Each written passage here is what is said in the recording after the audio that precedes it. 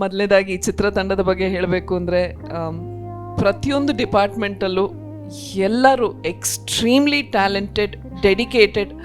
ಆಮೇಲೆ ಅವ್ರಿಗೆ ಅವ್ರ ಕ್ರಾಫ್ಟ್ ಬಗ್ಗೆ ಇರೋವಂಥ ಒಂದು ಶ್ರದ್ಧೆ ಆಗಿರ್ಬೋದು, ನಿಷ್ಠೆ ಆಗಿರ್ಬೋದು, ಆಮೇಲೆ ಅದನ್ನು 100% ಅದ್ರ ಬಗ್ಗೆ ಪ್ರತಿಯೊಂದು ತಿಳ್ಕೊಂಡು ಈ ಸಿನಿಮಾದಲ್ಲಿ ಕೆಲಸ ಮಾಡಿದ್ದಾರೆ. ನಾನು ಹಿಂದೆ ಯಾವುದೋ ಒಂದು ಕಾರ್ಯಕ್ರಮದಲ್ಲೂ ಹೇಳಿದ್ದೆ, ಮತ್ತೆ ಕನ್ನಡ ಸಿನಿಮಾಗೆ ಅದೇ ಮೆರುಗು, ಅದೇ ವೈಭವ, ಅದೇ ಯಶಸ್ಸು ಬರಬೇಕು ಅಂತ.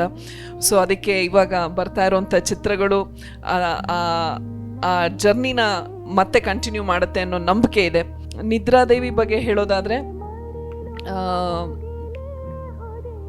ವರ್ಕ್ ಮಾಡ್ತಾ ಇದ್ದಾಗಲೇ ಗೊತ್ತಾಯಿತು it's going to be an amazing movie ಅಂತ. ಈಗ ಸುರಾಗ್ ಅವ್ರು ಅಪ್ರೋಚ್ ಮಾಡಿದಾಗ ಒಂದು ಚೂರಲ್ಲ ಸುಮಾರು ಡೌಟ್ಗಳಿತ್ತು.